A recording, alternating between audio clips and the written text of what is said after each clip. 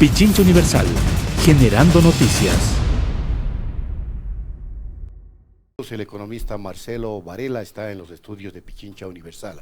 Como sabemos, el Ecuador adquirió o firmó un acuerdo por el que pidió prestado 4.200 millones de dólares al Fondo Monetario Internacional por un periodo de 3 años, siempre y cuando el gobierno se adhiera o garantice el cumplimiento de un programa económico determinado por el acuerdo.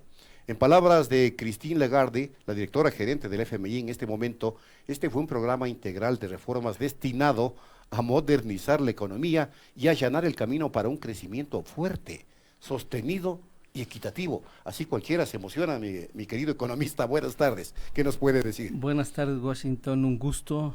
Igualmente, saludos a la audiencia. Sí, lo habíamos advertido desde un inicio cuando estaban ya las tratativas de que venía de visita el FMI y mencionábamos cuáles van a ser las consecuencias. Hoy ya sabemos las consecuencias, incluso periódicos de gran prestigio como el New York Times mencionan a través de los artículos de Mark Weisbrot el destrozo que está haciendo este ajuste al Ecuador, porque a diferencia de lo que decían los directores del FMI, incluso Ana Ivanova aquí en Ecuador, de que la situación de Argentina es diferente a la situación de Ecuador, habíamos advertido que el programa es similar en todos los países. Se lleva a cabo todo este ajuste fiscal, ¿no es cierto?, que en el caso del Ecuador se pretende en estos años bordear aproximadamente el 7% del PIB de reducción del gasto.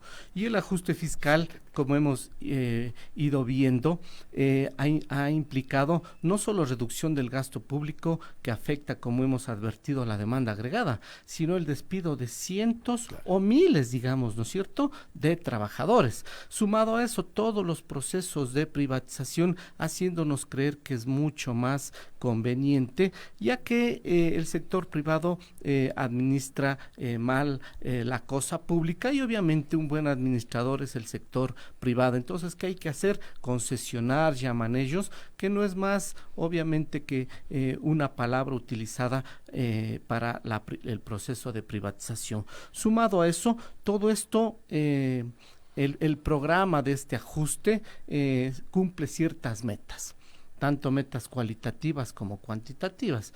Dentro de las metas cualitativas vienen todas las reformas, ¿no es cierto? La ley de fomento productivo fue la primera meta cualitativa que había que llevarse a cabo. La que fue aprobada. La que fue aprobada, entre las que mencionan la eliminación del impuesto a la salida de divisas, la que menciona, ¿no es cierto?, el no pago de impuestos a las inversiones, a sabiendas de que los únicos que invierten son las grandes empresas.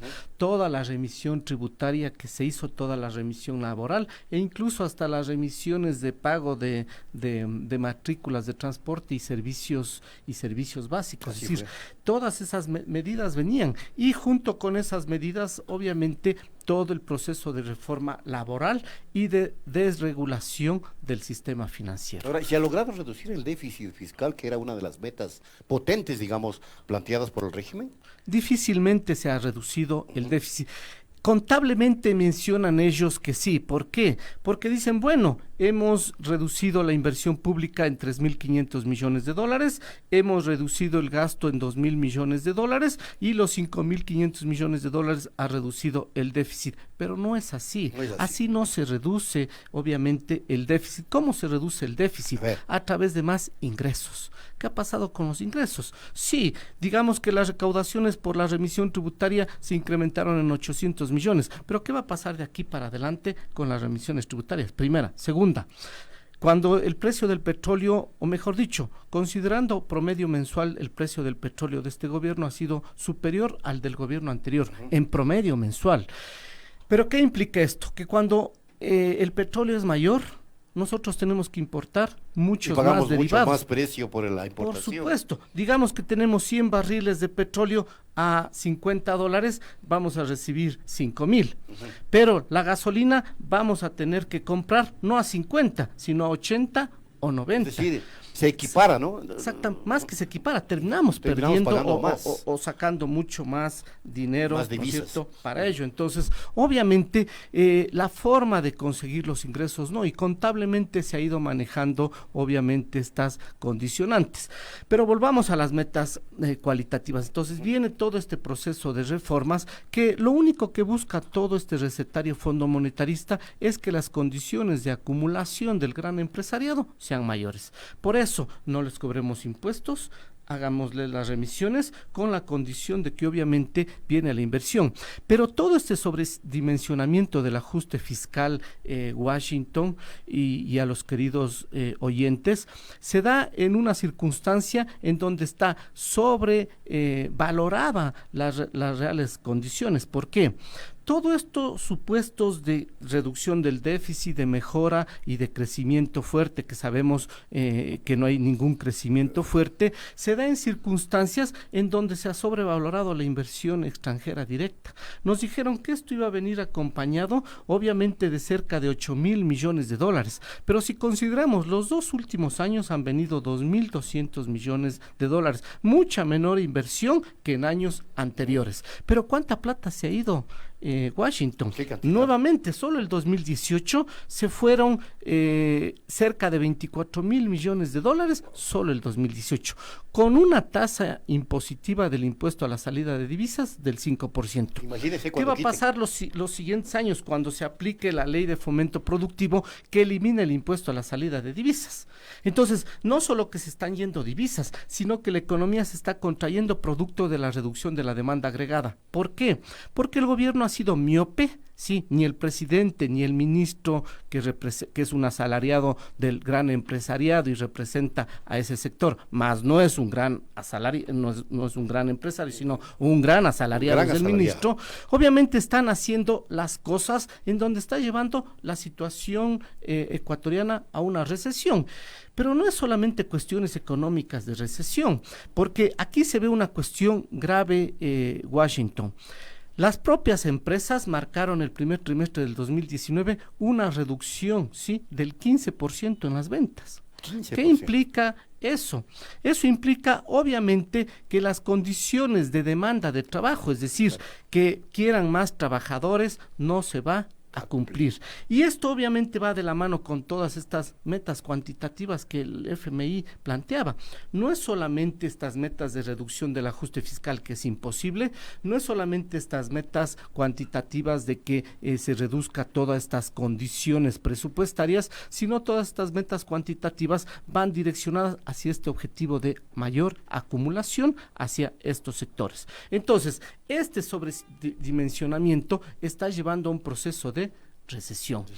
Y la pregunta aquí es, obviamente, todo este endeudamiento que ha hecho este gobierno, que es mucho superior o muy superior, digamos, al anterior, exactamente, ¿dónde se está yendo? ¿Dónde está la plata? Y se está yendo a cubrir esta salida de divisas, Washington. Inclusive la plata que llegó del Fondo Monetario. Por supuesto. 4,500 millones. Todo esto está yendo a cubrir la salida de divisas, es decir, a cubrir, todo esto se está yendo a reservas internacionales de libre disponibilidad. O sea, para que vean en la estupidez que el gobierno lleva a cabo la política económica. Es como que usted se endeuda $5,000 y las mete al banco, y les mete al banco para decir tengo $5,000. ¿Con qué objetivo? Penas. Con el objetivo de que obviamente el banco pueda utilizar ese dinero. En esa idiotez estamos. ¿Por qué? Porque no se entiende, como habíamos dicho alguna vez, la ecuación macroeconómica fundamental. Producto Interno Bruto es igual a consumo más inversión, más gasto público, más exportaciones, menos importaciones. Pero la meta es llegar a 11,000 millones también en las reservas. ¿O no? Por supuesto. Es un planteamiento del Fondo Monetario. Una de las metas cuantitativas es llegar a 11,000 millones de dólares. El problema es, ¿vamos a llegar a eso? Imposible. Asumamos que los 10,200 millones de dólares se direcciona en su totalidad hacia esos sectores. Hacia el cubrimiento de reserva. Ni los 10,200 alcanza, porque si parte de eso son acuerdos, obviamente, que tienen que ir a cubrir cosas producto de este propio ajuste y producto de los impuestos que no se están cobrando en la actualidad. Entonces, obviamente, es una meta no solo irresponsable, es una meta irreal, basada en supuestos que no son reales. De ahí es evidente ver, ¿no es cierto? Si no ha venido 8.000 millones de dólares y hay una recesión en el Ecuador, ¿qué inversión va a venir? ¿Estamos ya en recesión, economista? Por supuesto. ¿O solamente estamos en un nivel de estancamiento de la economía? Yo más que estancamiento diría, estamos en una situación recesiva direccionada en los próximos 2 años hacia una crisis grave. ¿Por qué? Gravísimo. ¿Por qué se viene dando esto? Porque caen las ventas. Claro, y caen no hay las demanda. ventas a pesar de que hay procesos deflacionarios. Exacto. Pero es deflación porque la gente no tiene para comprar. Exactamente. ¿Por qué? Porque el consumo es afectado. ¿Por qué es afectado el consumo? Porque más de 110.000 servidores públicos se han ido a la calle. Porque más de 260.000 trabajadores del sector privado se han ido a la calle. Es decir, estamos hablando de más de 400.000 personas que se han ido a la calle y obviamente eso contrae el consumo. Si a eso sumamos que se eliminó todo proceso de salvaguardia, ¿sí? Hoy entran las importaciones a como de lugar. La balanza comercial no solo que está mal, esa entrada de importaciones genera salida de divisas. Claro. Esos 10.200 millones de dólares tienen que seguir cubriendo esas divisas. Por tanto, la meta de los 11.000 millones de dólares de reservas es imposible, no va a cubrir eso. ¿Y por qué se plantean semejantes metas sobre la base de la realidad que usted describe, economista? Que yo no logro entenderlo. Porque lo que ellos buscan es dar un discurso placentero a la gente, es decir, dar un eufemismo, ¿no es cierto?, una realidad diferente a la gente para hacer ver que estamos obviamente sumamente bien. Y obviamente el mismo que da el recetario dice que este año va la economía a crecer negativamente en 0,5%. Yo lo dudo que ese sea el crecimiento. Va a ser mucho más precario. Entonces, todas estas condiciones van agravando. Entonces, no estamos ya en una recesión, ya estamos entrando a la cuestión ya de crisis. ¿Por qué? Tremendo. Porque va cayendo el consumo. Va cayendo el gasto público, no solo que cae la economía por esta ecuación que le digo, Producto Interno Bruto es igual a consumo. Se vota o se van a la calle más de 400.000 trabajadores, tanto del sector público como del sector privado, el consumo se ve afectado, por tanto el Producto Interno Bruto se cae. Cae la inversión pública en más de 3.000 millones de dólares, cae el gasto público en más de 2.500 millones de dólares. Obviamente que va a caer el crecimiento de la economía. Y si eso le sumamos que están entrando muchas más importaciones, porque se eliminó todo proceso de salvaguardia, obviamente que la economía va a estar afectada. Y entonces esas fuertes importaciones no solo que están reemplazando producto nacional, sino obviamente están reemplazando empleo, porque muchas empresas están cerrando. Y entonces vemos qué pasó hasta julio. 15% de las ventas cayeron en el primer semestre del 2019, con procesos deflacionarios. Esto es sumamente grave. Cuando la deflación es beneficiosa, Washington, cuando obviamente hay mucha producción, es decir, hay mucha oferta, cuando la oferta es mayor, los precios caen y entonces hay el proceso deflacionario es bueno.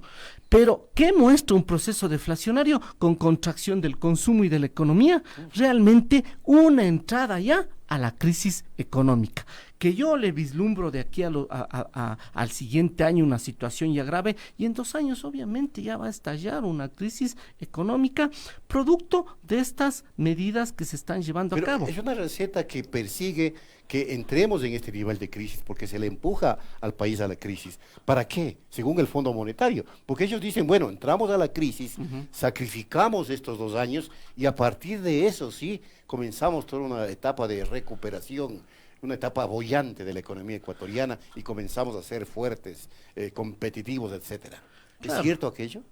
Es falso. Estamos viendo no solo los resultados de Ecuador, Grecia sucedió, Argentina sucedió, Portugal estuvo en esa situación. ¿Cómo salió Portugal de esa situación? Haciendo todo lo contrario, cobrando más impuestos, haciendo un mayor gasto público, una mayor inversión pública. Así salieron de ese problema. Más que se profundizaron fue en impuestos progresivos. ¿Qué está sucediendo acá? El propio recetario o el propio acuerdo con el FMI habla de reducir impuestos progresivos, es decir, el impuesto a la renta, y direccionarse a impuestos indirectos que son exactamente. Entonces, estas condiciones obviamente van agravando aún más las condiciones en las que se encuentra la economía. Cae el consumo, cae la producción, caen los precios, nos estamos encaminando directamente a una crisis. Entonces, ¿por qué no funciona este recetario? Porque este recetario nuevamente está direccionado para beneficiar al gran capital. 2018 la economía cae respecto al 2017 y la banca gana 60% más que lo que ganó el 2017. Las mayores ganancias de la historia se dieron en el 2018. Y si hoy vemos al primer trimestre las ganancias de la banca y la proyectamos a diciembre del 2019, las ganancias van a ser incluso superiores, con crecimiento de la economía negativa. Lo mismo sucede con los ingresos de los grupos económicos. Pero están felices entonces. Exactamente. Ellos, pero... ¿Por qué? ¿Por qué estas medidas? ¿Qué es lo que sucede cuando el gasto público y el consumo o la inversión del gobierno se reduce? Ya no se está direccionando eso a las personas más pobres. Entonces las personas más pobres ya no son capaces de recibir ninguna parte de la riqueza del país y se lleva a cabo estas medidas para que a través del Estado ya no se distribuya, ¿no es cierto?, parte de la riqueza hacia las personas. ¿A través de qué? De educación, de salud. Ya vemos los problemas. ¿Qué tiene que hacer ahora la gente? La gente, exactamente, educativa. Y tiene que estar comprando nuevamente las medicinas. ¿Qué pasa en la educación? Ya no hay ni el desayuno escolar y obviamente tienen ahora que comprar los útiles, los uniformes. Entonces, este no gasto, este no inversión, lo que hace es que parte de la riqueza ya no se distribuye a estos sectores y entonces ¿a dónde se va?